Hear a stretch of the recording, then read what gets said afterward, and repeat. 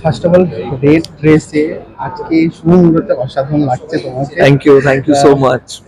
কি বলবো আজকের শুভ মুহূর্ত নিয়ে, তারপর আজকে নতুন ফিল্ম পোস্টার লঞ্চ হচ্ছে। খুবই খুবই লাকি যে আজকে এই মুহূর্তে এত ভালোভাবে তোমরা সবাই এসছো আমাদেরকে ব্লেসিংস দিতে, আমাদেরকে সাপোর্ট করতে। আর আমি খুব খুশি, কারণ এরকম একটা মিউজিক্যাল একটা লেজেন্ডকে ট্রিবিউট দেওয়া হচ্ছে, সেই মুভির পার্ট আমি হতে পেরেছি। আরডি বর্মনের কোন গানটা তোমার যদি মনে পড়ে এটা ছাড়া? ফিরে এসে অনুরাধা বলছি না, কিন্তু আমার ফেভারিট হলো রুবি রায়। সো আমি খুবই এক্সাইটেড, কারণ এই সিনেমাতে রুবি রায় গানটা আছে, তো আমি খুব এক্সাইটেড ওই গানটার জন্য। তো তোমাকে এই ফিল্মে কোন চরিত্রতে পাওয়া যাবে, রাহুল বা কোন? রাহুল হলো আমার চরিত্রের নাম।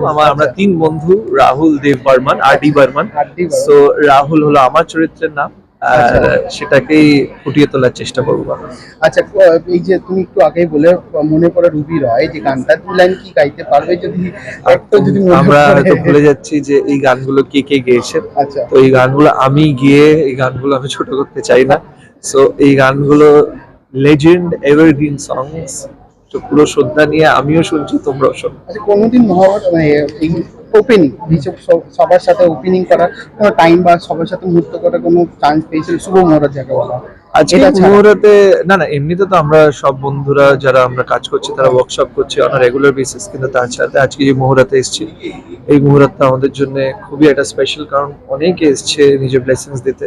So hoping for the best. সামনে তো শুভ নববর্ষে কি প্ল্যান আছে, কি আছে? এটাই বলবো যে নতুন বছর সবার যেন খুব ভালোভাবে নতুন বছরটা কাটে।